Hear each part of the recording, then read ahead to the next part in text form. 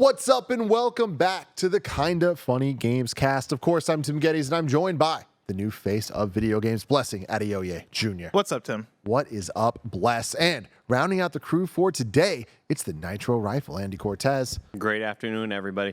Yeah, definitely a little off-centered our shot right here, but it's okay, you know. Tim's a little closer to Blessing. That's me then. I can move. There we go. It's also a wide shot. I'm not used to seeing this wide of a so shot. wide. Look I at love us. it. I love Fancy it. boys wide. doing wide I love things. how wide it is. I love it. So many things to talk about today, you guys, on this Kinda Funny Gamescast, because, of course, this is the show we do each and every week where we talk about the latest in video games. Man, so I legitimately, guys, I went through, I was just like, all the nerdy news you need to know. We rank, review, recap movies, you know, and all that stuff. No. This is the Gamescast where we talk about video games and all the things we love about them. That's what it is. Of course, you could watch it every week on youtube.com/kindafunnygames or roosterteeth.com. You could also get it as a podcast by searching your favorite podcast service for Kinda Funny Gamescast, and we will be right there for you. If you wanted to get the show ad-free and watch live as we record it, you got to go to patreon.com/kindafunny. Just like our Patreon producers, Morgan Lorraine, Fargo Brady, Christopher Rodriguez, the Kinda Funny Destiny 2 PC Clan, Taltree81, Joseph A. Carlson, One Up Pest Control, Carrie Palmer, Elliot, Brian Cheney, Trevor Starkey, Super Daddy Kyle, who always makes me smile, Undertopian, David Mintel, Mind Freak, Eric Velasquez, Scotty Wyatt, Alex Gradle, Al Tribesman, Jason L., James Davis Makes, Nanobiologist, Ryan T. from Tennessee, Derek Garrig, and Donald Eccles. Y'all are the best. But if you don't have a buck to toss our way, that's cool. When you're out there on the Epic Game Store buying video games, buying your V-Bucks and all that stuff, make sure you use our code KindaFunny, and we will get some of that money at no extra cost to you. So thank you for your support. A little bit of housekeeping for you. P.S. I Love You, the new episode this week, a spoiler cast of God of War Ragnarok that I highly recommend you guys check out. It is us, it is Greg, and it is the director, Eric Williams, breaking down the entire game, talking about the making of it, all that stuff. And there's some megaton bombshells in this episode. Even if you weren't planning on watching it, at least watch the last 5 minutes, because there's some realness going down in that I'm really excited about. And a fun little tease, some housekeeping for this very episode. We're going to talk a lot about Pokemon. We're going to talk about some Somerville, but Greg Miller got to sit down with Karen Fukuhara we know her from The Boys. We know her from Bullet Train. And we're about to know her from Callisto Protocol that's coming up very soon. So that's really exciting. Greg got to interview her about Callisto Protocol. That will be to end this show, this episode of the Kinda Funny Games Cast. Today we're brought to you by Shady Rays, but we'll tell you about that later. Let's get right into it. Pokemon Scarlet, Pokemon Violet, they are out there. The review embargo dropped last week. We didn't have enough time to fully beat it and all that stuff by then. So we're like, let's hold off just a little bit. Blessing being the lead reviewer of this one. All three of us have played it to some extent. We'll get into all of that. Gen 9 of Pokemon. Bless, as the lead reviewer on this, what score would you give it on the Kinda Funny scale of 1 to 5? So I'm giving it a 4 out of 5. It is a 4 out of 5 game that I fucking adore and love and have been addicted to, even past beating it. Like, if you've heard me on podcasts, right, you've probably heard me talk about how I'm not usually a completionist kind of person. Usually I am like, let me mainline, finish a game, get my experience with it, and then move on to the next thing, right? I don't have time to be 100% in games, and also that's not where I necessarily get all my enjoyment out of it. Pokemon Scarlet, I beat it about a week ago, right? Like, I beat it pretty much the day before the review embargo went up, and after beating it, usually that's when I'm for any game, I put it down and I move on. I've been playing it since then. Right, this is the rare game where I'm like, actually, no, I don't want to leave this world. I'm actually enjoying this so much, and so much of that comes down to the steps forward that Pokemon Scarlet and Violet bring to Pokemon. I am historically, for the Switch generation, right? The Switch generation for me was the moment for me to get back into Pokemon, because I was very much, I was super into Pokemon Blue, super into Pokemon, the Gold generation, super into Gen 3. I was a Pokemon kid, right? So I played a lot of Pokemon Stadium 2. I watched the anime. I was there as a kid. But then I had a falling off point toward the DS and 3DS era just because I didn't have a DS or a 3DS. And so I was so excited to get back into Pokemon during the Switch era. And the Switch era for me was kind of, or has been a, kind of thing when it comes to me playing Pokemon. Just because, Pokemon Let's Go, Pikachu and Eevee was very much the casual, hey, we're coming off of Pokemon Go, let's make something to speak to that audience kind of game. And I enjoyed it for what it was, but it didn't set my world on fire. Pokemon Sword was the one I was like, all right, let's go. This is it, the next step. I played it, and I'm like, okay, it's just more Pokemon. Like, it's nothing great. And also, turns out Pokemon hasn't evolved all that much, Huh? right? Like, Pokemon has pretty much been the same, over the years. And that was kind of my learning point of that. And I was like, all right, it is what it is. I'm fine with it. Pokemon Brilliant Diamond, I was curious about because that was Gen 4. That's where I dropped off. And I was curious to see, like, all right, maybe I can use this as a jumping off point to get into that generation of Pokemon. Got halfway through that, and I was just like, I'm bored. I'm not feeling this. This isn't my thing. This is not what I was looking forward to out of a Pokemon game. So I put that aside. And then Arceus came out a few months later, and I was looking at that as oh shit, this looks like it's gonna be my console Pokemon that I've been asking for since even the N64, right? Like, give me an open world to explore. Give me realistic Pokemon, yada yada, all this stuff, right? I start Arceus, and it comes out. When it comes out, an unfortunate time, right? Because there's Horizon, Elden Ring, Sifu, Dying Light 2, all these games coming around that time, distracting me from it. But then it was just that thing of, this isn't what I want out of a Pokemon game, right? It's different. It's a fresh take, and I know that people out there love Arceus, right? But it didn't. It just turned out to not be for me, just because of how much it veered away from the things that I like about Pokemon personally. So leading into Pokemon Scarlet and Violet, I've been in that place of Pokemon fatigue, right? All right, Pokemon is just a franchise that's not speaking to me as an adult Pokemon player, right? Somebody who wanted to see more evolution out of the series. Upon starting Pokemon Scarlet, I was utterly shocked by how after two-ish hours into getting into the game, walking around the environments a little bit, seeing like the direction they were taking in terms of, all right, yeah, things are a little bit more open. Here's the 3 big mainline quests that we want you to embark on, and also here's all these tasks associated to these quests that you can take on in any order. Right, here are the 8 gyms, and instead of a laid out order for you to take these gyms out in, just take them on how you want. Right, explore the world, have fun, go wherever. Right, the true open world feel and formula. Getting into that flow of it, and actually like. It actually playing out that way where I'm like, all right, I'm going to go left and I'm going to like figure out what's over here and tackle things at my own pace. That shift was alone enough for me to go, oh shit, all right, this is pretty fun, right? I got into that for quite a bit. But for me, the thing that has made my Pokemon Scarlet experience special is that the more I played it, the more and more I got hooked on it, and the more I feel like they've addressed so many of my concerns and my qualms with Pokemon. I think the Pokemon designs this time around are a step up. I've met my new favorite Pokemon, right, in this game, right? My new favorite like groups of Pokemon, not necessarily my favorite Pokemon of all time, but like Pokemon like Tandemaus and Mousehold, like that's my shit. There's a Pokemon, I forget if it's new for this generation, but I think it's called like Ceruledge or something like that. Looks dope as fuck. I love it. And like the list goes on in terms of Pokemon that I met in this game where I'm like, I really enjoy this design. This is really cool. The character designs in general, the gym leaders, the characters that you meet, your rival, the teachers at the school. I've seen so many character designs where I'm like, damn, like they're actually doing it. Like I am actually interested in these characters. The story, I would say it's a step up from pretty much any Pokemon story that I've experienced in the games that I've played. I really enjoyed the story and where it went this time around. And just the pure freedom of gameplay has done so much for me, right? This is the Pokemon game that I would say is my turning point into going from, oh man, Pokemon's boring, Pokemon's not doing it for me, to me now being like, no, I'm obsessed with this one. I am fully into this one.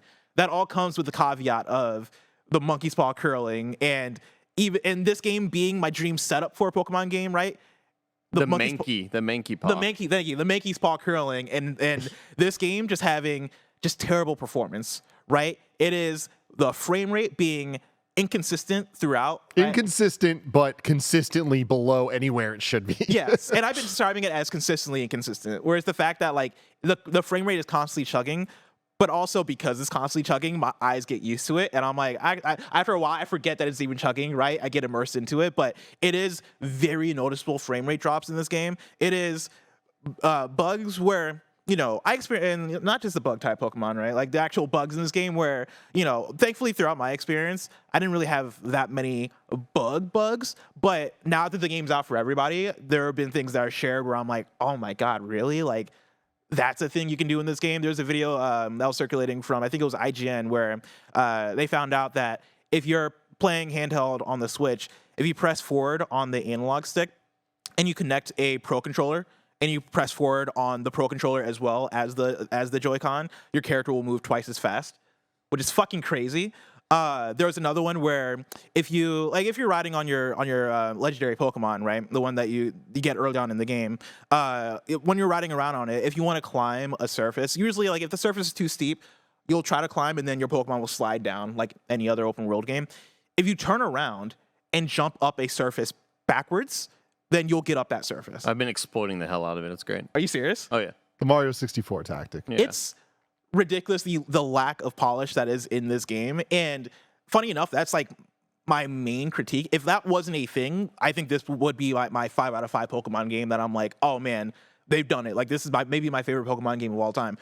It just runs so bad is the thing that is so unfortunate about this game. And it's a thing that like, it's so bad on docked, like to the point where I would describe this game as nearly unplayable docked, right? Like there are times where I was playing it on my desk that way because I wanted to charge my Switch, and legitimately it was annoying. I was like, this is straight up bad here. Handheld, it plays better, but there are still a lot of issues to it. So with that, 4 out of 5 is still where I stand on it. I enjoyed it that much. I know a lot of people are going to be like, oh man, like with this performance, giving it a 4. But like you got to understand, I fucking adored my time with this game despite that stuff. But yeah, the performance is rough, and that's kind of where I come down on it. Andy Cortez, I'm really interested. What do you think about Pokemon Scarlet and Violet? I'm kind of right there with Blessing, along with a lot of other people kind of in our space where, yes, the game runs like absolute garbage. This is one of the most unpolished things you can experience on the Switch. It's not just the Switch's hardware. There are games that are prettier and bigger that run better. It's clear that Game Freak just didn't have enough time with it. Presentation, pretty shitty. Like, the amount of times that there's a legendary Titan Pokemon you experience that just has like a dumbass animation, and you could tell that we want to do more with this. However, there's so much in this world that we have to work on that we just can't give everything the love that it needs. It seems like Game Freak didn't have enough time to really develop this like they would have liked to. It seems insanely rushed, and the game is still super fun and super addictive. I've played this way more than I played Arceus. I put maybe around 8 hours into Arceus. Just wasn't my jam, and I think a lot of it was all the other games that came out around that time. But for whatever reason, I can't put this game down. Even when I'm not streaming the game, I'm still busting it out, and I think a lot of it is that this game has a lot of different ways for different players to enjoy it. Whether you're like, yeah, I thought I would just want to go through the story, and I think this game actually has. I finally got to a point last night where you were presented with a hook in the story that I was like, God damn! Oh, we're okay. I wasn't expecting this, and when I played Sword and Shield, I thought for the most part, like, I'm just ignoring most of this. Doesn't really matter. But they finally kind of came up with an idea last night that really meant something and was good. And I was like, God damn, okay, Game Freak. I wasn't expecting that. On top of all the other bullshit they sort of give you, this game just has a lot of things to explore. Going back to your school and talking to the teachers is something that I often forget because I'm so busy just in the world trying to find this one Pokemon, and I gotta eat a fucking spicy sandwich in order to help myself find this Charcadet little night fire Pokemon, because goddamn, Crocolore, the ugliest motherfucker I ever seen in my life. Goddamn, the second generation, or the second evolution of Fuecoco is the ugliest dude I've ever seen. And I finally evolved into the third one, and I was still pretty let down. But I think because it is so easy to quote unquote catch them all, it's become so addictive for me. Where in the old days, walking through a pixelated hedges and bushes and stuff, and you don't know what you're gonna fight, that I never ever felt incentivized to go do that. Like, the level of RNG there was just too much for me. I felt it was so inconsistent, and I hope I find this Pokemon and not just another fucking Weedle or whatever. But here, being able, like, the thrill of seeing a Pokemon you haven't seen before is always super exciting. It's funny, people in my Twitch chat right now were like, or last night were like, oh wow, you're excited at older gens of Pokemon. Like, which Pokemon have you played? And I was like, I've played all of them. I've only played like 3 hours into like Gen 3 up until Gen 7 or whatever, you know. So you only really get the like normal types, Yes. the flying types, and the bugs. You never Yeah. get to meet the ice or dragons. I never see the cool ass ones. Yeah, but that thrill is still there. It's still super exciting. I don't know whether I prefer this to Arceus's method of just throwing a Pokeball and hopefully catching it. I still think that I overall enjoy battling these random Pokemon and leveling them up, and maybe finding a Pokemon that I am kind of like, hey, you should I recommend you leveling that one up because that one turns into something cool. All these threads are there, and all these sort of story paths that you were mentioning, Bless, of not only the gym leaders, the usual sort of shit, but also this game's version of Team Rocket. Try to like stop their plans. There's a lot of different things to kind of concentrate on, and it can get a little bit overwhelming at some moments, but I usually just kind of get distracted by whatever thing I'm closest nearby. Yeah. Last night I looked everywhere for a pair of glasses that I really wanted to find. Really sucks that you can't dress up your dude. What the fuck? Really, really sucks that you are just stuck to your school uniform. I think that's Wait, you like, are? yeah, it's such like you can change your shoes and your socks, and You have 4 outfits. It's spring, summer, winter, fall versions, and that's it for your. You can change your clothes, or you Okay. change your shoes and your socks and like a hat or whatever, but you always have your school uniform on, whether that's like the shorts and the button up with a tie, or like or pants and a button up. Like you're always in your school Gotcha. uniform. And if you play Scarlet, it is more of like a navy and purple outfit. And if you play Violet. wait, sorry, I said that backwards. But if you play Violet, it's that. If you play Scarlet, it's more of like an orange shorts. Oh, weird. That's great. And like you can't change that. And that shit doesn't match with like anything. Exactly. Yeah, I found like some dope ass shoes. Because one really cool thing I like about the shoes is like not only do they have these high top sneakers that are like red, blue, green, blah blah blah, but as you keep going, you'll find like the poison color scheme of shoes or the ice color scheme of shoes. And I bought these sick ass poison ones that are like pink and purple. But then I realized I can't change the pants; it's clashing. Anyway, that's a whole big thing.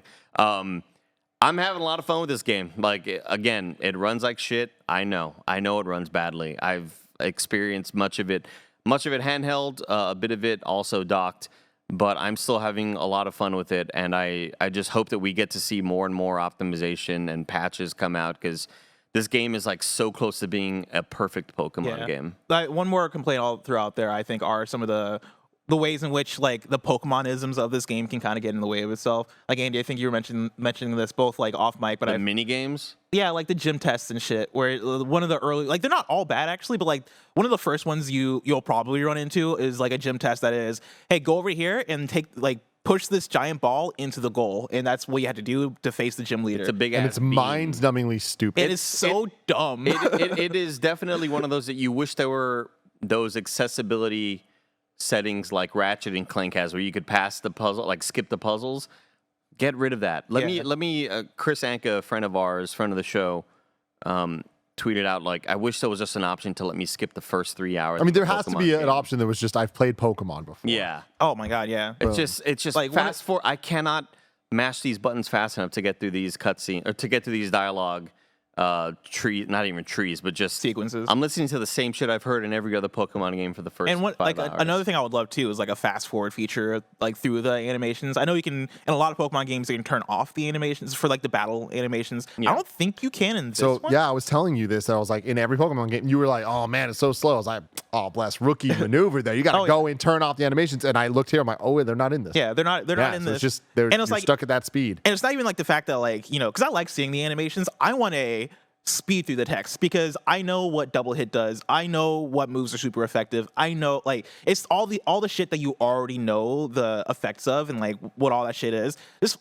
like get snappy in this. Like make it like Persona 5, right? Where it is, all right, you're in, you're out of battle. Because I hate like doing there's one move that what's his name, Mousehold has. Actually, all of Mousehold's moves, spoilers for Mousehold, I guess. All of his moves are like the multiple hit moves, right? Like he has one move that's called Beat Up, where it is for as many Pokemon are in your party, that's how many hits you'll get.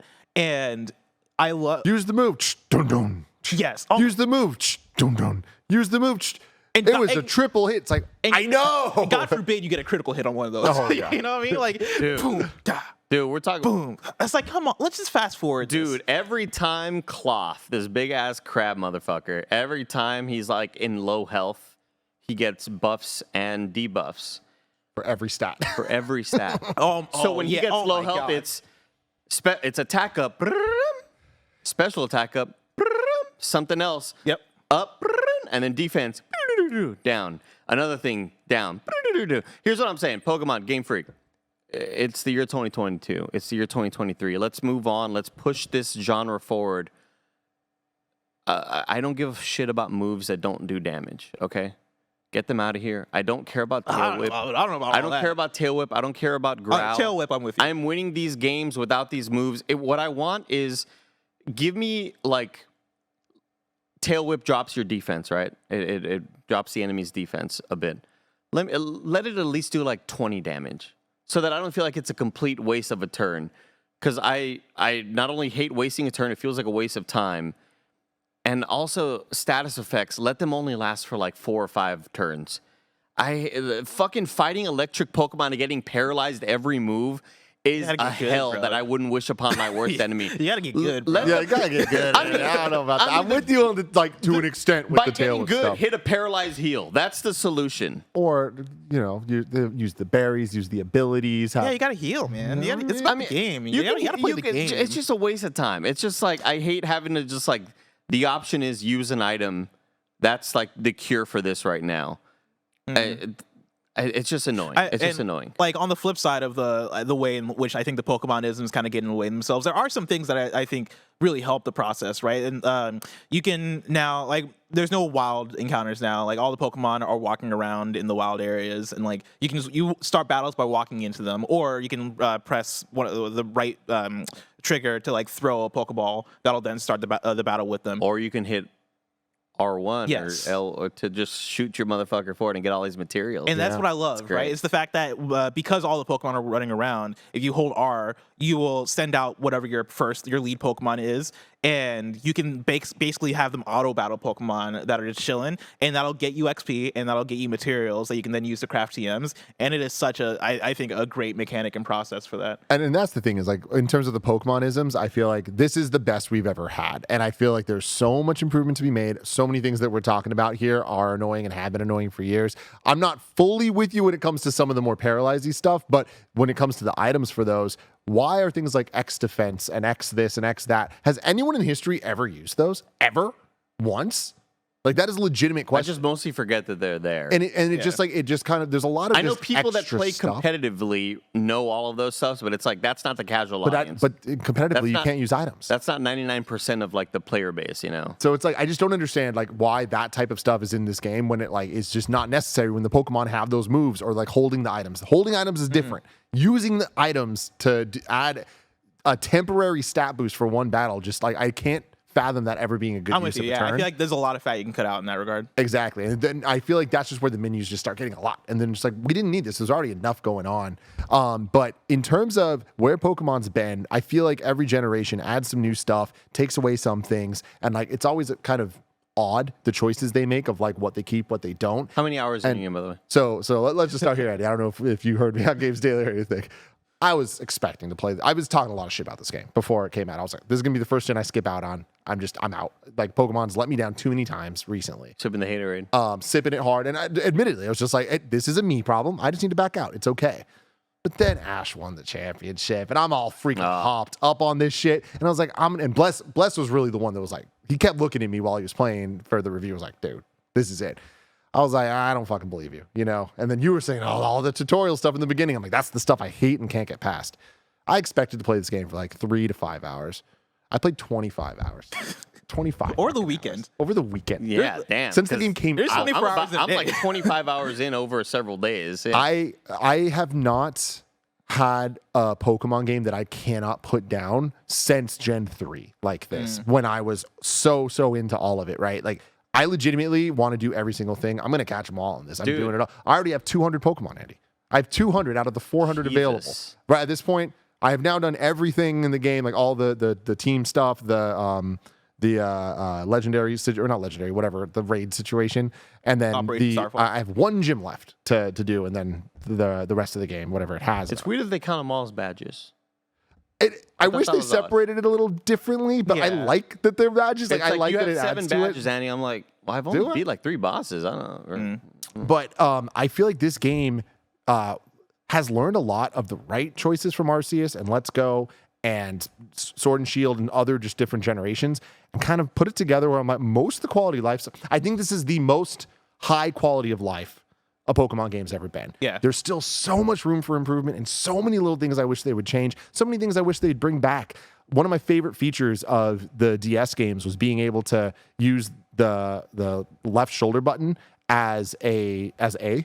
So you could play the game one-handed. Oh. And it's just those little things that I'm like, God, with how repetitive so many of the moves are, I'm just trying to hit A. It'd be nice to just like have that option, and they just took that out. Being able to turn off battle animations. Why'd you take that out? Like these weird things. I'm like, why? When you you clearly care.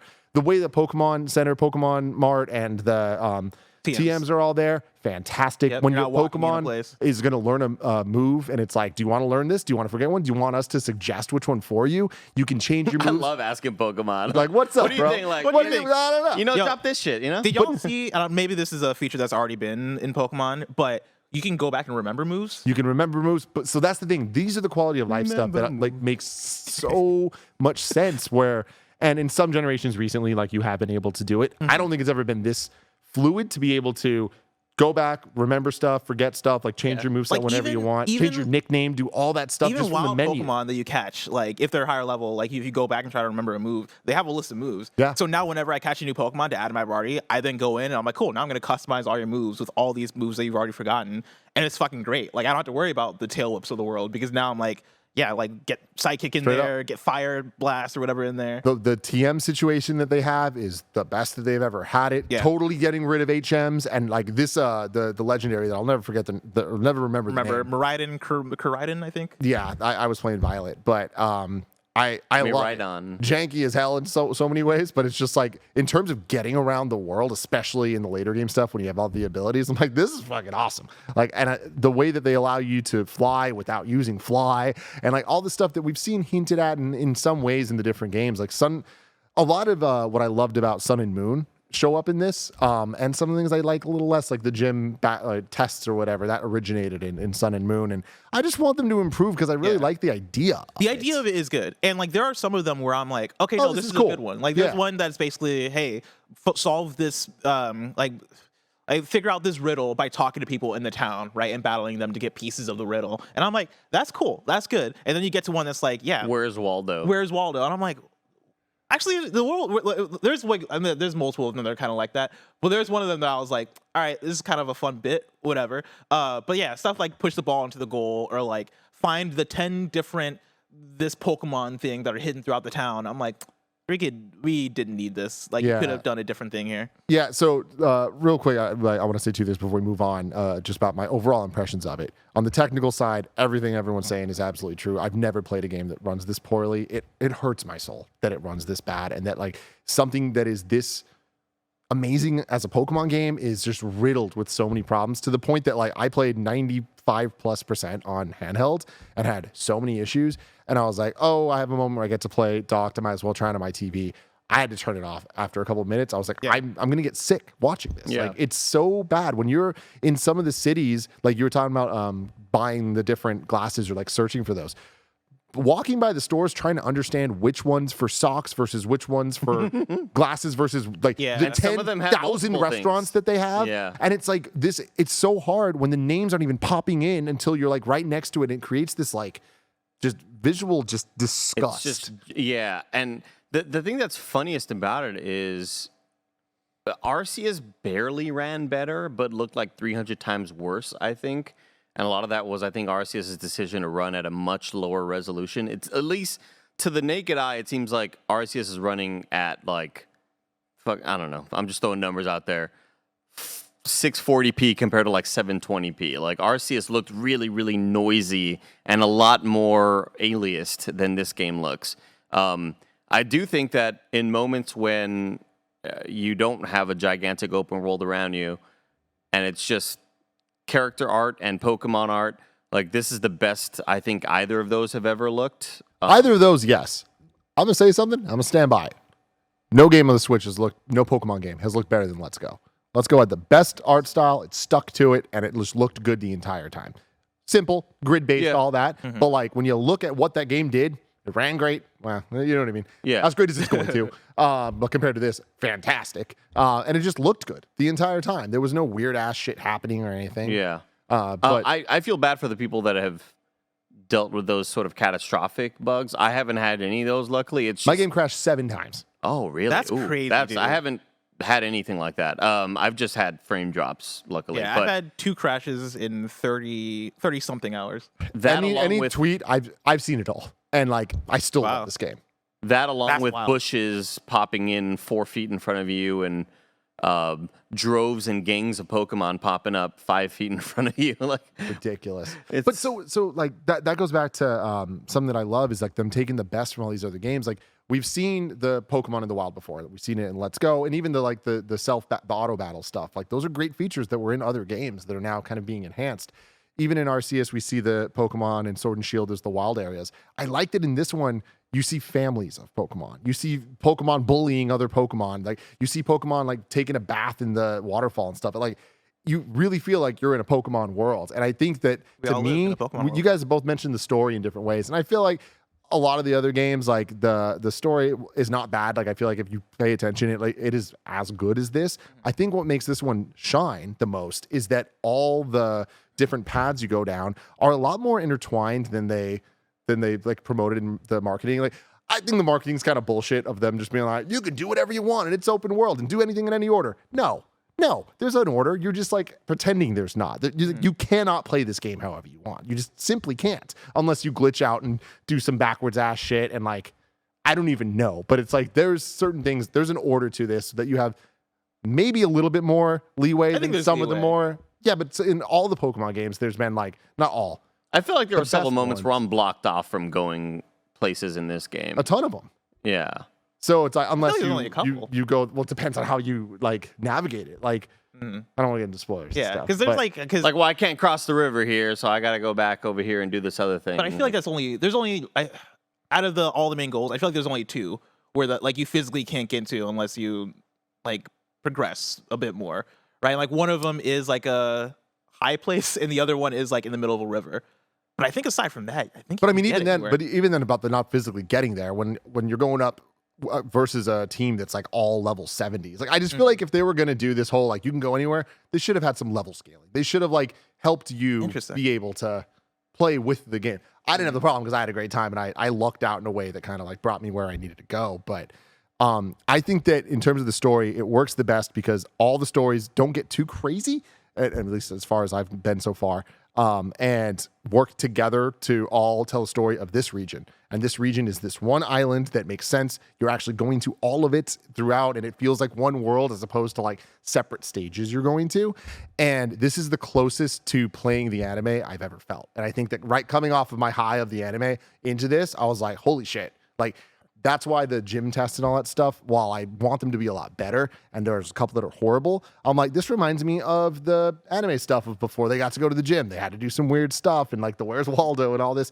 And I feel like I guess I was just kind of right place, right time, so into this that I let a lot of the things that I wouldn't like in other games not go, but I feel like works here in a way that it didn't in the others. And I think it's because of the setup of this game. I can't wait to see what they do next. Yeah. Hopefully in 5 years. That's my thing is I think there's been a lot of talk on why this game runs as bad as it is and as it does, and I think there are so many elements at play, right? I think it's the fact that Game Freak. I would say I don't know if where you guys land on it, but I would say that this is probably the biggest like scale they've had for a Game Freak game, both in terms of like how big the world is, but then also it being a true open world. Like There's so much verticality, too. a lot of verticality, like rotate the camera however you want, right? Like this feels like playing a true open world game in that sense. And like Game Freak is a dev we know from making handheld games, right? And usually it is like the locked in place, like you're looking down at a grid, right? And they've had those steps toward here, right? They've had Pokemon Sword, they've had Pokemon Arceus, right? And I think those have gotten us here, but I think that progression has been a bit quick for them, and it's been especially quick considering since it was November last year that we got Brilliant Diamond and Shining Pearl, and that is 3 games from Game Freak in the last 12 months, and that is 2 open world games from Game Freak in the last. Brilliant Diamond and Shining Pearl weren't Game Freak. That wasn't Game Freak? Okay, No, gotcha. That was a different company. Okay, even still, right? Pokemon Arceus and this game, that's 2 open world games in the last 12 months, right? And that's like insane. Like that's crazy. And I think giving them more time would help. I saw floating around, I was talking to I think Jake Decker from GameSpot, and he was talking about how like Game Freak is a small studio, like a small relatively studio, right? Talking about putting out these 2 games in the last year. It's like 100 and something people at that studio. I think if they want to scale up in this way and they want to go for something of this scope, I think they might need more people. I think they'll definitely need more time, and I think they'll probably need more resources, even from Nintendo. It's really interesting because like the unfortunate reality is I don't see it changing anytime soon, and I think that there would be things that need to happen for it to change, and they might all happen at the same time to cause this. But the problem with Pokemon is it's the biggest entertainment franchise in the world. So what that means is it's not just a video game. There's a video game, there's the card games, there's the anime. Let's just keep it there. There's so much other shit. But all 3 of those things need to come out at an annual cadence to be able to support each other, because that's how they work, right? We need to go to a new region. We need the new Pokemon to sell the cards. It's like they need all this. That's the thing is I don't think I was actually in the conversation, but I saw a conversation on Twitter. I forget who was in the conversation. It was game media folks, but they were talking about how like, yeah, think about the fact that if you delay a new generation of Pokemon, say you delay Pokemon Scarlet, right? What does that do to merch? What does that do to Pokemon cards? What does that do to the anime? What does that do to, and the list goes on in terms of the ripple effects that has. And that's not an excuse, right, for them to not delay the game, but I think it's more of a reasoning of, oh, this is why it's so difficult for Pokemon to do it, and that's why we're in the place we're in now, where we have a Pokemon game that runs this bad. And an interesting thing, too, is the anime is seeing similar issues where there's just not enough animators to be able to get this done in the cadence that they need to. And so they're seeing a lot of bugs, bad frames per second. I mean, honestly, so many people were complaining. I've been recently like looking into and reading about this stuff a lot, but like this season and even the last couple seasons, people were really upset about the animation quality because it's like really poor. And the animators essentially put out a statement that are like, guys, we're trying our best. Like, and there's like the seasons like being delayed and put into like chunks and stuff just because they're like trying their best to keep up. And then the final episodes they put so much into, like they're the most animated episodes of all time. But it's gonna go from that back to like, I don't know, maybe it'll run as well as these games do, unfortunately. But that's the thing, is like maybe everyone at some point, it's a united front. They're like, no, that's what we're taking a pause. Because I was having this conversation, I think on this show, maybe on Twitter also, of like, you know, the exact thing we're talking about in terms of Pokemon is such a franchise and IP that spawns way beyond the video games now, right? You're talking about movies and Detective Pikachu, and I'm sure we'll get more movies soon. You're talking about anime, you're talking about all these things. It is such a machine, and it goes back to the Sonic problem of like, all right, they should delay this. Do they have incentive to delay this when it makes so much money? And I kind of come back to the idea of quality and like the long-term reputation of the product. I think that's the thing that Nintendo cares about. I don't know if Pokemon Company cares as much about it, but like, you know, Nintendo's not going to put out a Mario, just put out a Mario. They're not going to put out a Zelda, just put out a Zelda, right? Like these are Triforce Heroes begs to differ, but no, I'm joking. Yeah, but I'm joking. Yeah, no, that's a good point. But you understand where I'm coming from, right? Whereas like Federation Force. You know, if like we would never get a knock on. Is there wood around here? Knock on glass, I guess. We'll never get a Mario game that runs as badly as Pokemon Scarlet. Never. Right? Like I don't think we'd ever get a Zelda game or like a mainline Nintendo IP that they care about that runs as bad as Pokemon Scarlet. Pokemon Scarlet, or Pokemon in general, is like a top Nintendo IP, right? Nintendo in quotes, because Nintendo only partially owns Pokemon. It is Pokemon Company, or it is Game Freaking Creatures, or whatever the makeup of it is. But like, I wonder what the conversation is like at Nintendo, because like as somebody who does partially own the IP, if I'm Nintendo, I'm stepping in to be like, yo, like, what can we help you, or can we like not put these out so rapidly? Why does this game run so bad? We're going to ruin the reputation of Pokemon if you continue to put them out like this. I hope those conversations are happening, because it is unacceptable the way this game runs for such a high billion-dollar franchise. Yeah, like one of the most grossing entertainment franchises, period. The number one.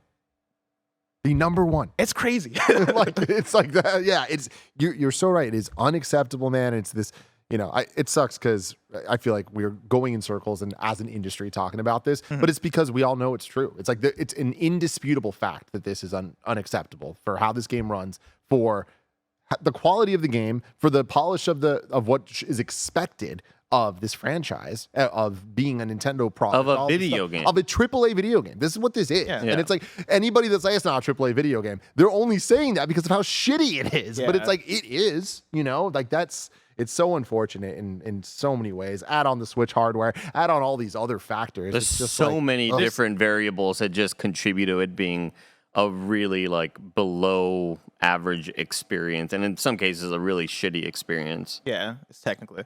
But that said, like, goddamn, like the game is really fun. The soundtrack, we haven't talked about the soundtrack yet, but I fucking love the soundtrack. I feel like you can hear some of the Toby Fox influence because he did some of the themes, and he tweeted out that I think he did one of like the field themes, and Nintendo uses the some of the variations in like some of the other themes in the game, and I think it actually comes through when you get to some of the themes. I love the music in it so much. I love the field music, and I don't love the battle music, the normal battle music. Gym boss fights though, when it starts popping off and it sounds like the ARMS theme song, I'm just like, let's fucking it's go. So fucking and good. Real quick, I want to talk about the crowd an cheering. interesting. Yeah, I love that stuff, man. Fire. And that's why, to me, Sword and Shield was such a letdown, because when we were first talking about it, of like the conceit of this game is, it's open world. It's the first actual open world Pokemon where we're adventuring like that. That's the point. The last one, the whole thing was like, yo, they treat this more like sports than ever before. This is the league. There are 16 different teams and all this stuff, and there's the arenas you're going to. And I was like, this is what I want from this. Idea. Like, this is awesome. And I love the way that they treated it like a spectacle. And then you get to this game. I am just on one hand impressed that all the normal fights are just using the in-game engine. And it's like you just move the camera around, which means you don't see your Pokemon 90,000% of the time because it just doesn't know what to do. Whether the Pokemon's you can click R3 to like readjust your camera, because that was the thing I noticed too. I was like, why the fuck can't I see my Pokemon? Yeah, most of the time. It's just ridiculous though. It's like it looks like shit. Yeah. Like it's like, and especially when you see people in the background popping in and out, Pokemon walking through you. It's like, I get what they were going for. That's the best. They did not need to go to do that when the game doesn't run so well. And then you see the gym fights that function more like how the most recent gens have, but with even more flair to it, where it's like the camera's cut in between, like doing the anime zooms, the letterboxing of like when the gym leaders say stuff, which God, imagine if there was VO. Like even the way that like some gym leaders and some like high profile opponents will throw the Pokeball. There are moments where like that where I'm like, oh, that's cool. Awesome. Yeah. So hype, man. And it's that level of polish. The polish of the gym fights and some of the more key story fights that I'm like, yeah, it's there. It's all here. Yeah. The ingredients are here. Just please put more budget towards it. Put more people on it. Give it more time. It's such a bummer that it's still so fun despite all these issues. And imagine if it wasn't like that. I was at talking on my stream the other day about how being in this sort of school and having these school uniforms, and every time you like go to a loading screen in the school, you see like kind of like the emblem of your school, I guess, or whatever. And I was like, when are we gonna get a Harry Styles Pokemon? And everybody was like, what the fuck are you talking about? I was like, yeah, like Gryffindor and Slytherin, like have the different houses. And they're like, you said Harry Styles. Like, oh, I meant Harry Potter style. But think about that. Wouldn't that be dope? Like, like you get drafted into a certain house and like Sorting Hat, their bullshit, like Harry Potter fight, you know? Yeah, man. And honestly, I've been all over the place with this a little bit, but the idea of the school being kind of like the main reason of this whole thing existing, and like these kids not being like 10-year-olds, they seem a little bit older. And the idea of, hey, they're like, yo, you're in school. Now we're time jumping a little bit. Now you're going out in the wild to figure your stuff out. Giving a reason for why there's like these people all over the world doing their own things in different ways. I'm like, this is awesome. Like they did such a good job of just setting the stage for why we're doing the things we're doing in this, instead of just it feeling like I'm playing Pokemon again, doing the thing again. I felt like I had a purpose in this one. And I still do. I'm not done with it yet. Do we know why we build relationships with these teachers? I don't know. I didn't dive. Like, what are the benefits there? Because like every time you go back and talk to a teacher after you, for those who haven't played it yet, you have a home ec teacher and a history teacher and a math teacher and blah blah blah, so on and so forth. And you go learn from them, and it's like a very very short lesson, maybe about a minute long in total. Them just asking you a question and then you answer, and they're like, "All right, that's it for class today." But then you can go back and talk to these teachers and they might ask you something like, "Oh, you're back. Hey, how's Pokemon catching out there or whatever?" And you just catch up for a bit, and then at the end of it, it says your relationship has grown with so and so, and I don't really know what that benefits. It's the exact Persona wording. When you level up your social link in like Persona 5, where it's like, oh yeah, and your relationship with this person has grown. And I don't think that's what it is. And this could be a you're wrong thing because I started off exploring that stuff and I was like, actually, I don't have time for this. Let me just play through the actual game. But yeah, I had questions about it too. Shout out to Gabe in chat. Gabe in the Patreon chat says the nurse with the heart eyes man, emoji. Bunch of baddies in this game. They really are. Bunch of baddies. I don't like. It might be a spoiler conversation of like how that stuff might affect because I have ideas of how that could do stuff based on like post game content. But as far as I'm concerned, I think it's just there. I think a lot of it is just there for tutorial in terms of like, oh yeah, go to biology class and they teach you about Pokemon types, or like go to math class and they teach you about like mechanics or whatever. That said, like there are certain like story stuff going on with some of the teachers and the school faculty that had me like, oh, interesting. Yeah, like he's cheating on her. That's crazy. Like, oh damn, like he's fucking. He's having an affair I mean, with her. I mean, honestly, jokes aside, there are some things in this game that like don't do that. But I was surprised of like, oh, this is a little more intimate and darker than I'd expect from a Pokemon story. There's a teacher who I'm like, are you related to a gym leader? Like, there's like stuff implied. But I was like, yeah, are you this gym leader's 100%. sister? And I was like, wait a second, I kind of want to know more about Not this. sister. Wait, what do you think? I was thinking something else. Are you married? Are you thinking about a different sister? I don't know. Maybe. We'll talk about it later. Yeah, we'll talk about it later. Yeah. Honestly, I feel like I could talk about this game forever. Like I cannot believe. I can't wait for y'all to actually finish it. I know because the game's so close. The game's so ending close. is really good. Yeah, really good. Awesome, man. Like getting him, I got emotional during it. I would never ever expect that from Pokemon game. I think that's only happened once for me, and that was like Pokemon Gold when you go at the end, go back and meet like the original Red. That was like the only time where I've ever gotten like, oh shit, from a Pokemon, like gotten hyped for it. There was a moment in here where I'm like, oh snap, like I'm actually like all about this right now. It's still really just bothersome and annoying when you look at a gigantic mountain cliff face and it's the same repeating tiling texture. And it just ships. Why is the mountain moving? Oh yeah, all the that. LODs are popping into place. Yeah, the terrain has like LOD as well. It's just, this game is so messy in so many ways and so great in a lot of different ways. So like I didn't know this about Mousehold. Somebody asked if I read the Pokedex entry for Mousehold, and I guess I must have not because like there's I'm on Bulbapedia right now on the Mousehold page. And again, Mousehold basically Tandem Mouse is a Pokemon that's just two mice that's like just hanging out with each other, right? And like that's the whole pun is two mice in tandem, right? Tandem Mouse. You evolve Tandem Mouse at level 25, and it evolves into Mousehold, and it gets like 2 children basically. So like now you just have 4 mice battling, and I fucking love it. Child labor. Child labor, yeah. This thing here says Mousehold has 2 different forms. The form is determined by an internal value with a 1 out of 25 chance of being a family of 3. Instead of a family of 4. I didn't know that. Oh yeah, 3-leaf clover. That's really cool. I didn't know that. I will say that this game incentivizes me. Normally, when I play through a Pokemon game, back in the day, I used to just be like, I'm going to get my team. I'm only going to use them. I don't really care about catching them all. Maybe I'll do that at the end of it, and that's it. In my older age, I'm like, I always try to catch them all in the beginning. Like for the first couple routes, I'll be like, I'm going to get all of them before I move on. That ends up stopping. You give up pretty quick. I get like 2 badges. I'm like, I just want to fucking finish this. Yeah. This game, I'm like, I'm clearing out every single area as I move forward. I'm having so much fun. It's incentivizing me to level up different Pokemon. Sword and Shield, I thought was like mind-numbingly easy and handholdy. This one, I feel like the ease of it works in its favor in terms of like it's just fun. Like they're getting you to want to train different Pokemon and play with the new ones and old ones and like see what happens. The way I've strategized in this game, I think goes beyond the way I've strategized in any Pokemon game prior, where one, I found this game at moments to be challenging, and I think it was the open worldness of it where I would go to a gym and I'm like, oh, okay, I've gone too far. Like this gym is a bit more powerful than I am, and I would have those moments where I'm like, all right, I'm gonna try it, and then I'll get 2 back-to-back where I lose, and on the third one I'm like, all right, I need to do this with this Pokemon, do this with this Pokemon, and like make this Pokemon my lead. And I'm actually thinking about gym battles more than I would in previous Pokemon where I'm just fucking steamrolling through them. But now like my current Pokemon team, every Pokemon has some sort of role, right? Where like I have Tinkaton on my team, which is like a Fairy, Steel type. And most of my Pokemon, or actually I guess half of them have like 2 types to them, right? Because now I'm thinking on that level of like, all right, I gotta have multiple types.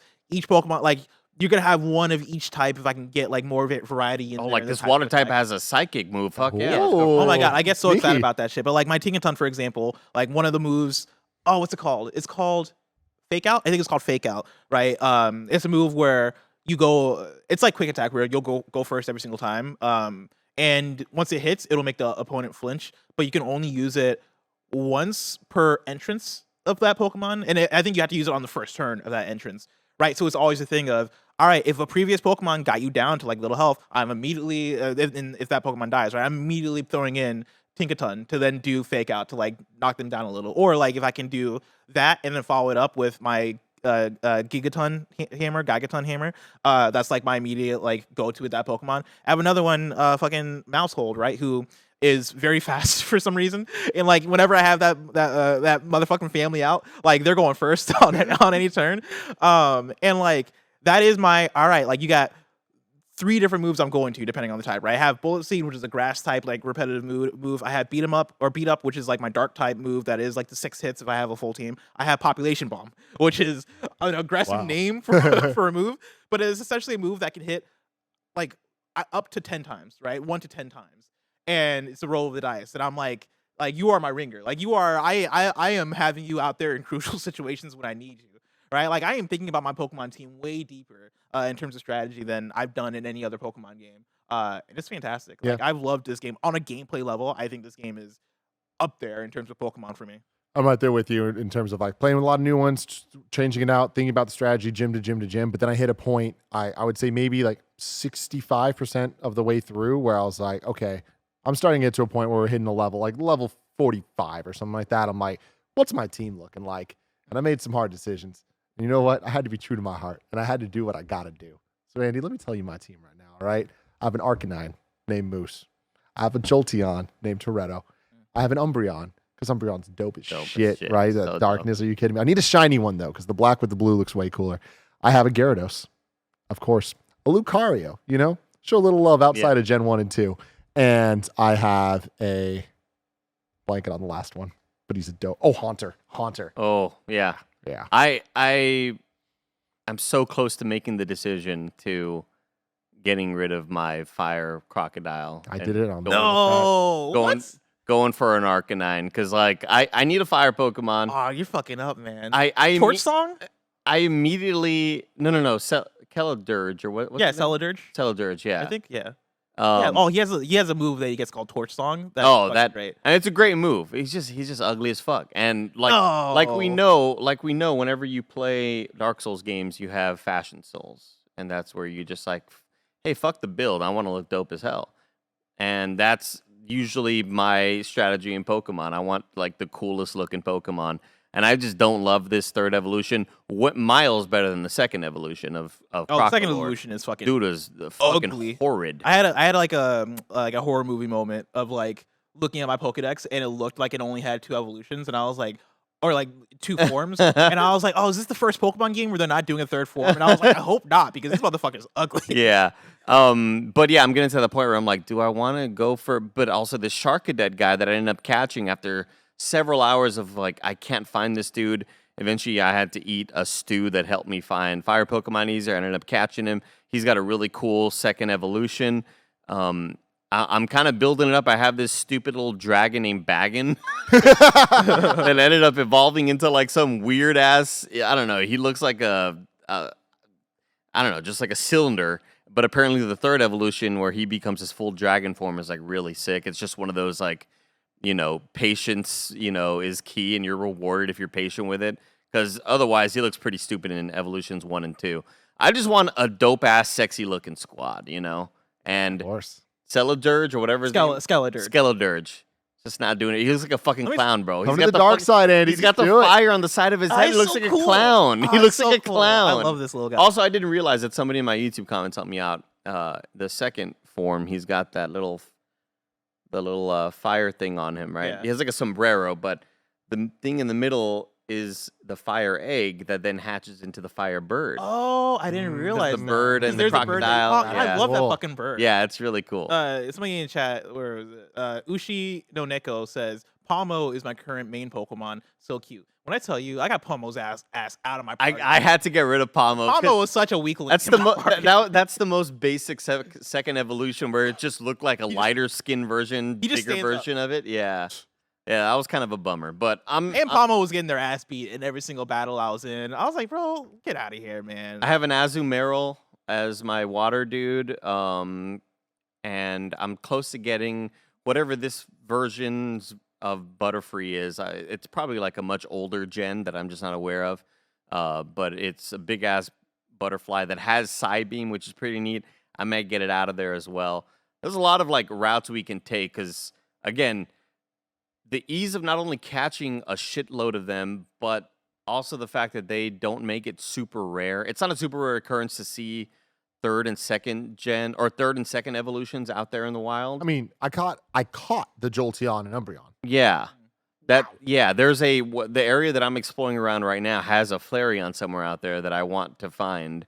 Dude, but I probably just walked need around sandwiches or whatever. I walked around one area because, like, on the map, you saw it had like a picture of an Eevee, and I walked around this area for like 30 minutes. Me too. Didn't see one. Me Eevee. neither. And I was like, where the fuck? You All right. got to eat sandwiches for that shit because those are the rarer spawns. And you not only just sandwiches, but any meal that'll show you like encounter type fire.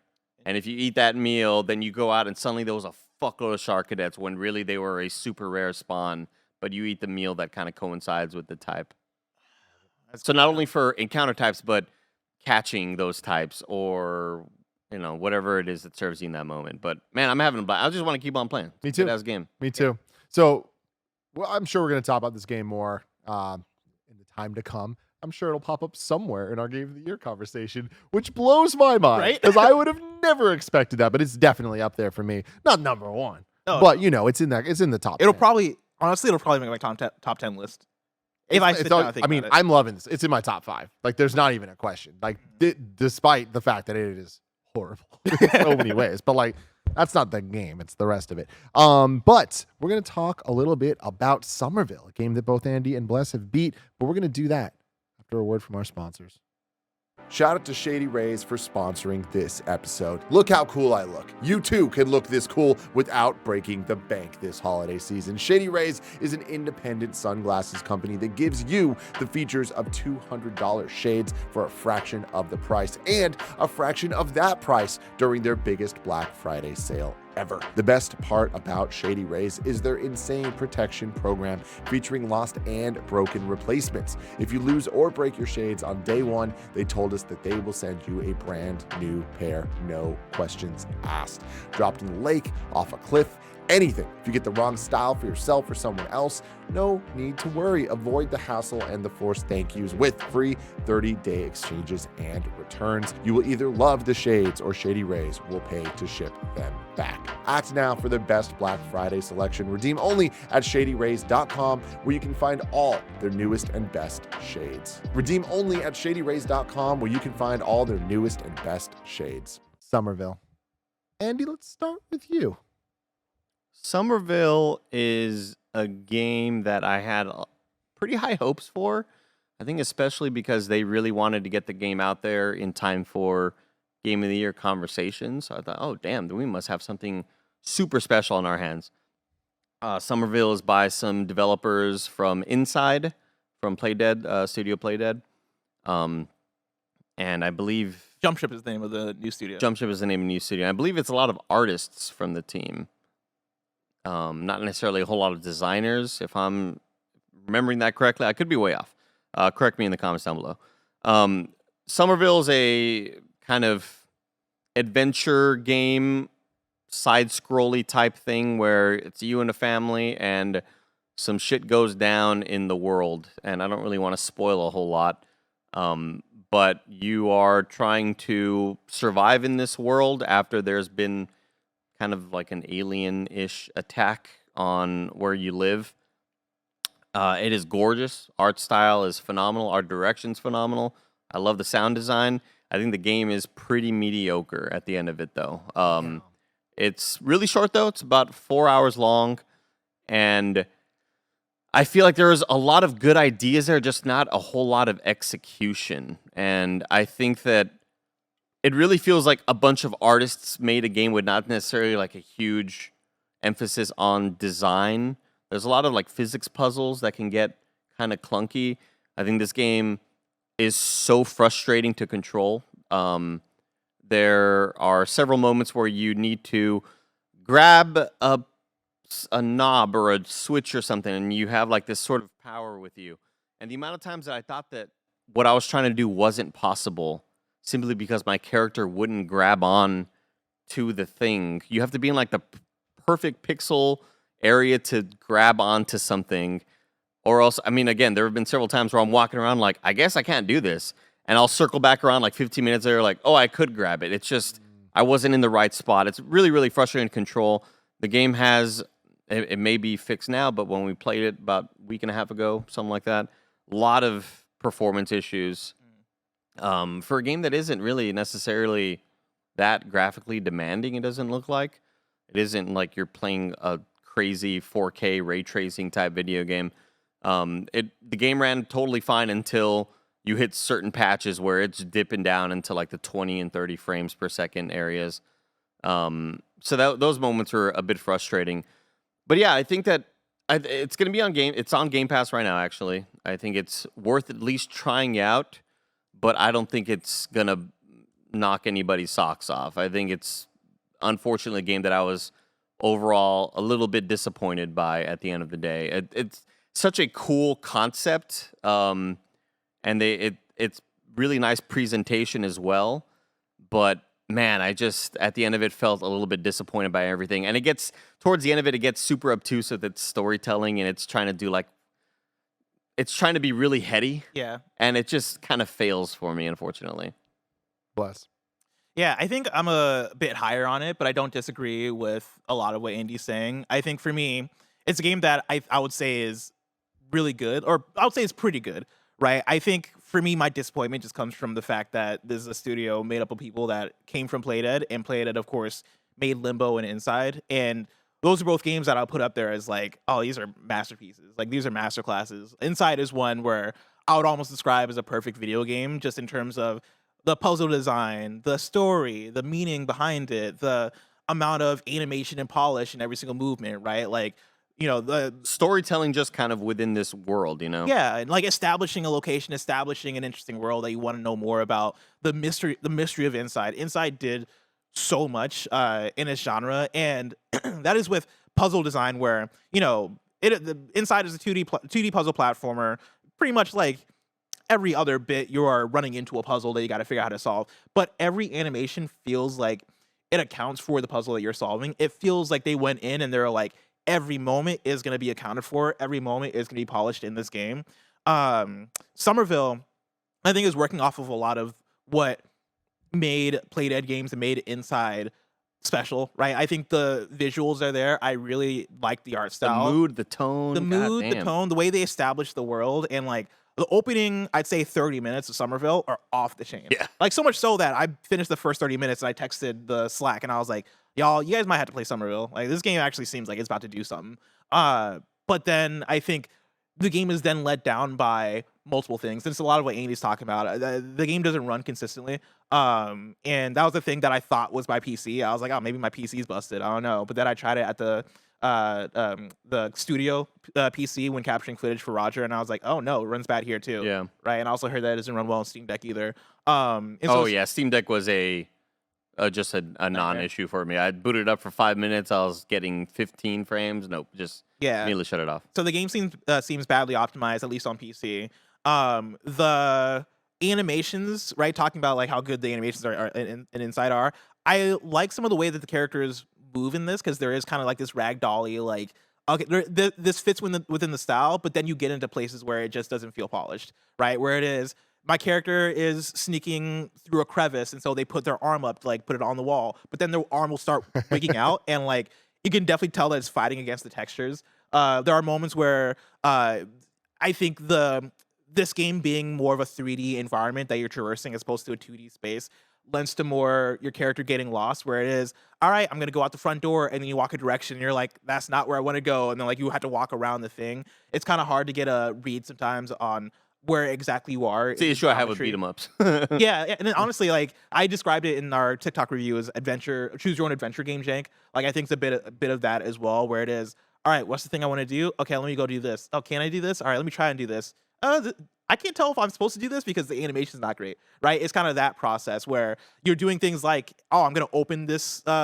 this door by lifting up this plank that's blocking it, and you kind of have to understand that you need to go to that plank and then lift it up, but like the animation just I don't think is all the way there to convey that as well. And then some of the puzzle design, I think it can be hit or miss. There are puzzles that I do really like in this game, and I think it succeeds enough in these puzzles. But then there's a handful of puzzles that I don't think follows the rule set of how to make a good puzzle. Right? The idea of like, all right, introduce one mechanic, introduce another mechanic. Now let those mechanics play together. All right, now like there's a way in which you introduce rules to a player that I think lends to them having those eureka moments of, oh, okay, yeah, like I learned this thing. Okay, this is how this thing is supposed to go. There's a puzzle early on involving a bucket and like liquid in the game that like involved elements that I think they just didn't teach you at any point, right? I played the beginning of the game about 3 times up to that point, and I was paying attention to it the second or third time, and I was like, all right, when do Why they did you teach play me the beginning of the game well, so many times? the second time I think it's because I lost the save. Because there was no cloud saves. There was no Steam cloud saves. Oh, which I think was that's a what it massive was. Yeah. bummer. Yep. Yeah. I played the first hour and a half of it here at work, and then Barrett was like, "Oh, there's no Steam cloud saves." In my mind, I thought he meant that I couldn't play it on Steam Deck. Yeah. And then I went home and I was like, "Oh, that's what he meant. That Damn. fucking Yeah. sucks. I got to restart all of this." Yeah, and so I played the game the beginning of the game multiple times, and there's a puzzle you get to where it is, all right, take the bucket, get some liquid in it, and now like these little guys will follow the liquid or whatever. And I was like, you guys never taught me that. Like you guys never taught me this rule, and that led to me being stuck for like 15 minutes until I got it, and I was like, how the fuck was I supposed to get that? Yeah. And I think there's a couple of moments of that throughout the game. There are really good puzzle moments that give you the eureka moments, and then there are others that, like, I'm not the biggest puzzle gamer. I like tend to avoid them, but like there's no worse feeling than when you finally complete a puzzle and you go, oh, that was the solution. That's really bad. Like that's not a good solution to whatever it is you were trying to get me to do. Especially when the point of the game is puzzle solving. Yeah, and I think a lot of it is them trying to just utilize a lot of physics-based stuff as opposed to just like, this is a binary puzzle where like it's either you do it or you don't. Sometimes it isn't always clear whether doing it is possible, when really it's like, oh, I was standing 3 degrees to the left. If I would have just kind of maneuvered my way. I don't want to spoil anything, but again, it just, a lot of it is physics based in some moments, and it gets really frustrating. And like when that stuff works, like for again, Inside as an example, when you push something in Inside and it falls through another thing, and it's like, wow, this is all happening in real time in the world. Oh my god, that shit is so cool, and I think that's what makes games like that special and fun. And that takes a lot of dev time and a lot of polish and a lot of work. There are times in this game where it's like, oh man, you needed more time with that. Like you needed more time to polish this through and actually make this a thing that gives that, oh shit, this is cool kind of moment. But then there are other moments where I'm like, oh, this is a really cool mechanic, right? Like a lot of the puzzles are deal with shifting states of matter, and I think when that stuff works, where it is, all right, let me go through this. I'm gonna melt all this stuff that's around me. I think that stuff is fun, right? When you're dealing with, okay, I need to get this cord over here and pull it over here, and it kind of works like Last is Part 2 almost with the rope, except it's not as impressive as that, because like that was really impressive. But when you have those moments and like shit comes together, it's like, oh man, that's dope. But I think there's also enough times where it feels janky and it just doesn't feel as polished, where that stuff can kind of let down. And then I also agree with Andy in terms of the ending. The ending is so obtuse, and you can tell that they're really trying to go for it. They're really trying to, I think, have that, like, it sucks that I have to keep referencing Inside, but it's some of the same folks, so I kind of have to. They're trying to have that like, oh shit, like kind of ending, right? That kind of recontextualizes the way that you view the game and, you know, understand what's going on. But I think it was a bit too much for a bit too long, and by the time I finished it, I was kind of like, all right, what the fuck did I just play? Like, what is happening? I don't understand this anymore. You also get the multiple ending type things, which you see in a lot of video games these days, where it's end it here and continue the machine, or break the mold and start a new horizon sort of thing, and largely just kind of fell flat because usually when you end a game and you get the quote unquote bad ending, it usually feels kind of final, and like that's the moment that's the moment that I kind of have come to grips with, and I will have to accept. But in here, it just really felt like, well, let me just restart the checkpoint. Like I don't know, there was something about it that just felt like so inconsequential that I was like, oh, let me just go for whatever the better ending is. There's still a better ending out there that I wasn't able to figure out or find out because the final puzzle was just so kind of confusing. But yeah, even I was telling Blessing about the ending, like, well, did you know that you could do that at the end? And he was like, oh shit, no, I didn't know that.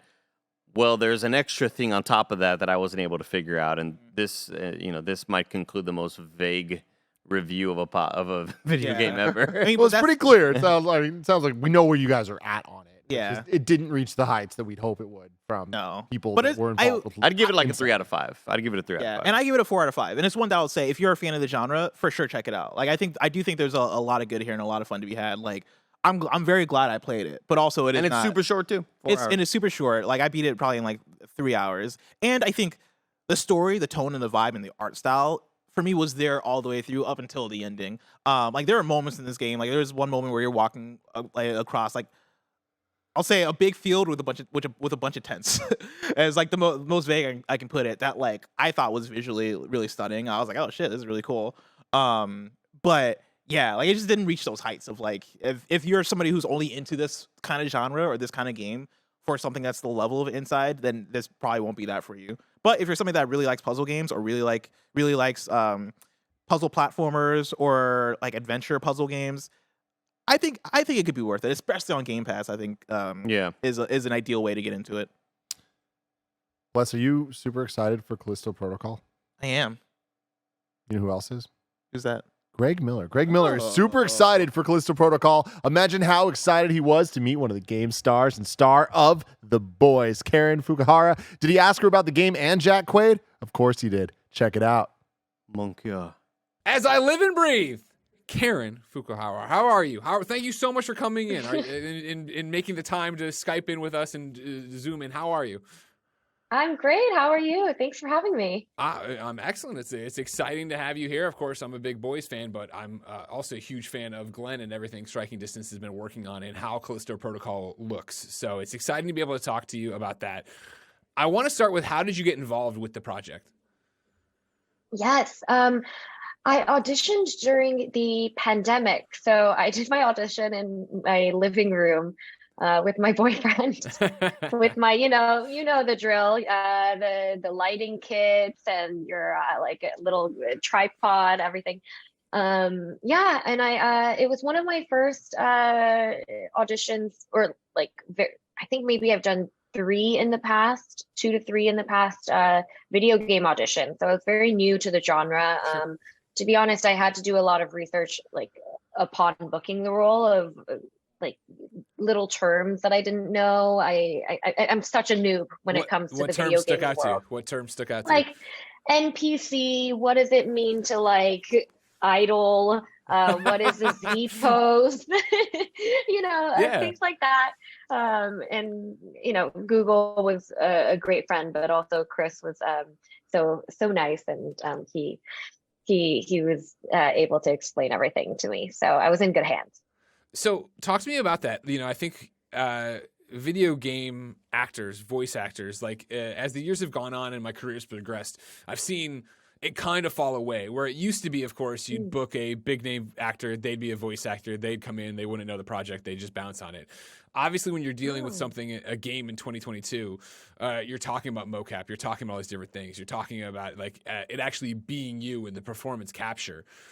Mm-hmm. When did you say, okay, I want to start auditioning for video games? You talk about this being like your third one. What drew you to them? Honestly, to be honest with you, I didn't ask. It just came into my emails. That's awesome. Yeah, it was dealt with in the same way that I would any other film and TV role or film and TV audition. It has the breakdown, so you kind of know who your character is, and then you get the sides, so you have your lines, and you get to really play. And what drew me most to this project in particular was getting to work with Glenn.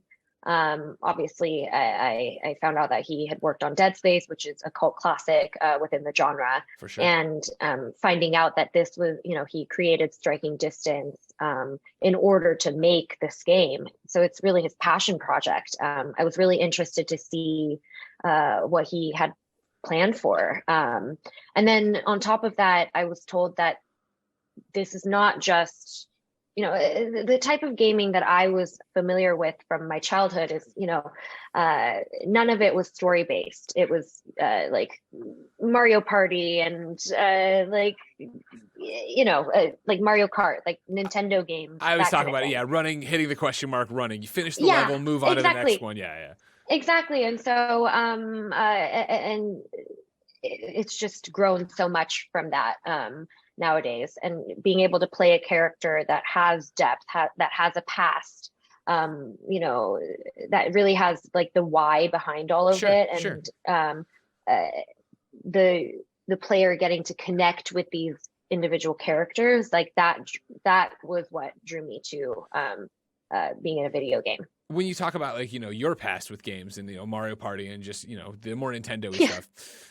Were you keeping up with this? Were you surprised by getting this audition and looking in and seeing where games were at?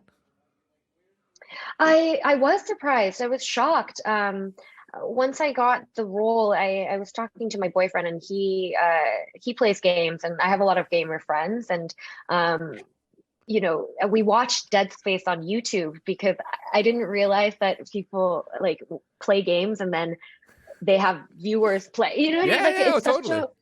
It's a huge world. It's a huge community, and it was my first time being exposed to it all. And in my boyfriend's words, he said it's just like a movie, but it's better because you get to play it and you get to be the characters. And I think that's excellent. I think every audience member watching a movie or a TV show has wondered, what is it like to be these characters in these fantastical worlds, and in the video game industry, you can do that. And so, but it's really exciting.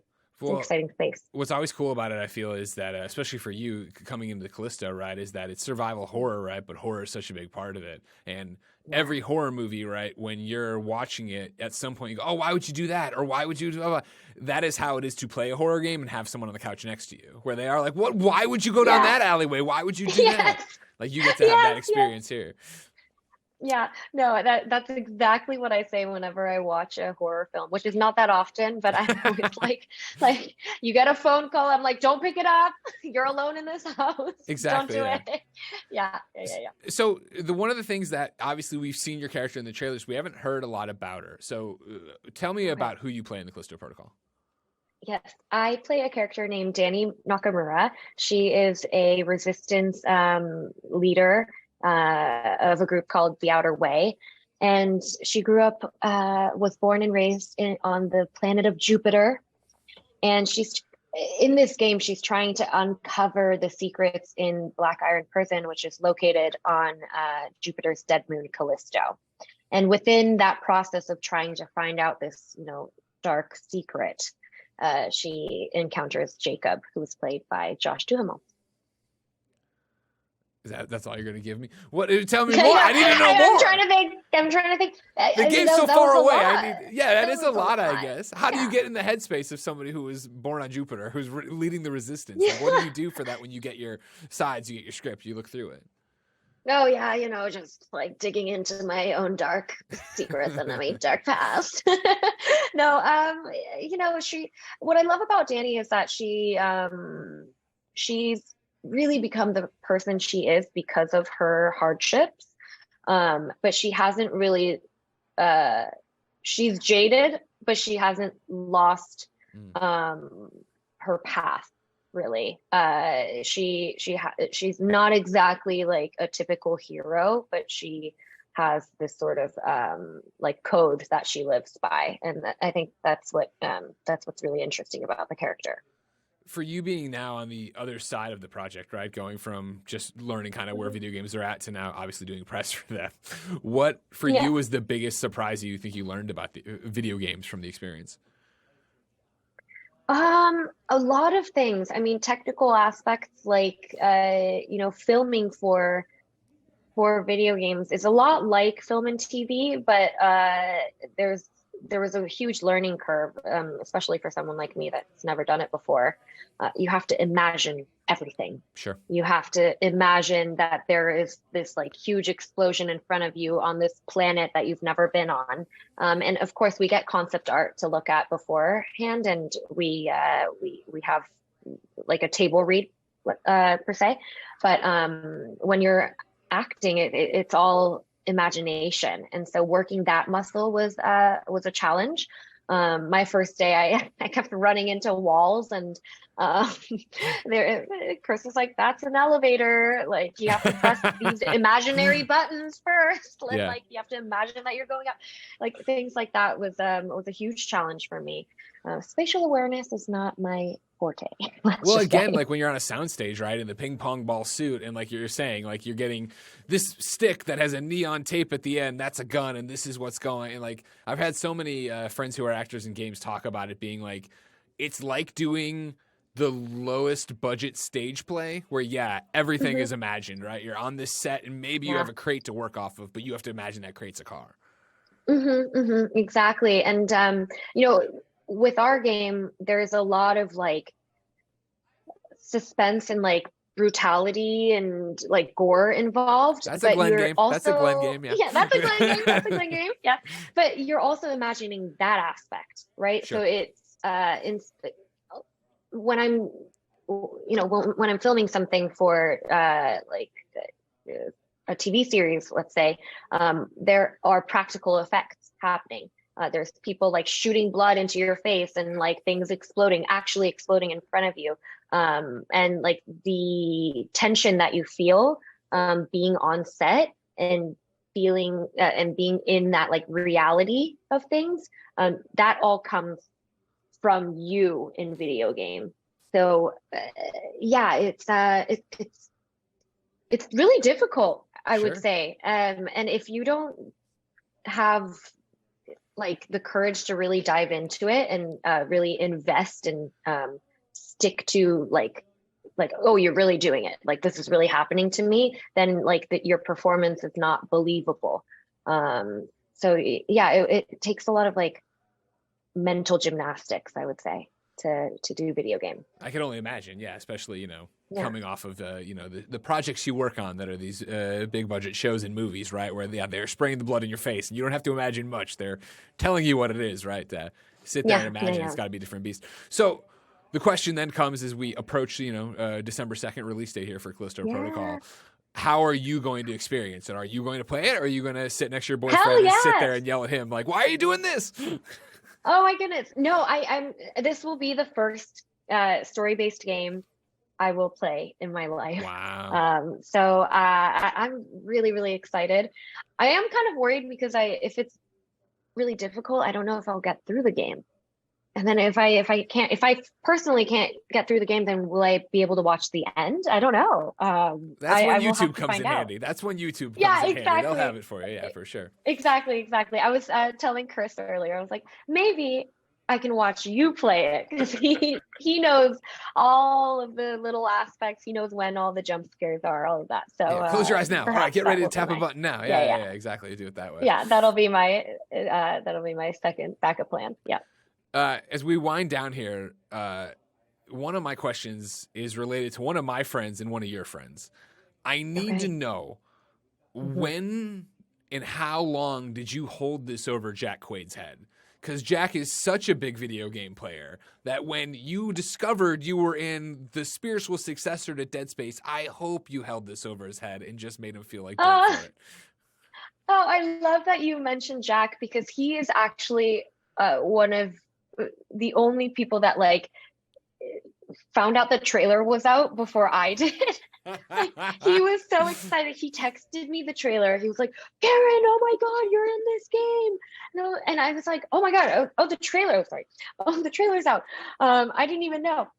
He is really excited. I'm definitely gonna get him a game. He's out here in Toronto filming with me, so I'm gonna slip him an early Christmas gift, and hopefully he loves it as much as we do.